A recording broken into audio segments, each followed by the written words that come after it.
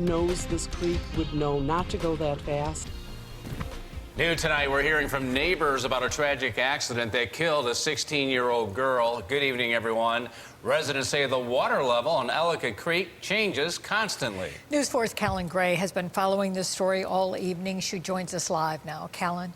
Jackie, Don, the 16-year-old was standing up as the boat headed towards a low bridge. That's when the accident happened. Police are still investigating, but people living nearby say it's clear the boaters were not familiar with the creek. At 6:45 in the morning, a motorboat disturbed the normally calm waters of Ellicott Creek. This was going very fast, and you hear it because it's a quiet neighborhood. The boat continued on towards this low footbridge. Police say there were 3 people inside, including a 16-year-old girl identified as Avery Gardner. Gardner stood up as they approached the bridge and hit her head. Police say she never fell from the boat, but her injuries were so severe she was taken to ECMC, where she died. It's very sad, very, very sad. My heart goes out to the family and everything because it's so tragic.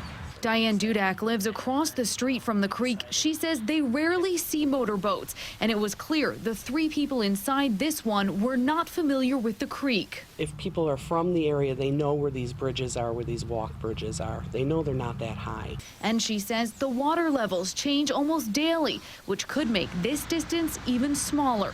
Other neighbors tell News 4 there must have been something else going on inside that boat. And you can see the bridge long before you get to it, and it's not a high bridge. Town of Tonawanda police are still investigating what happened. We want to speak to witnesses. We want to know what the actions of the boat were immediately prior to this incident. We want to know how long were these people out? Did they just go out on the boat, or are they just returning at this time of morning? And they remind people how important it is to go slow on the water and pay attention to your surroundings.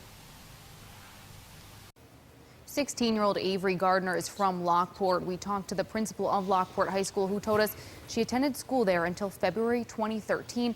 During her freshman year, she left to be homeschooled. Reporting live, Callan Gray, News 4.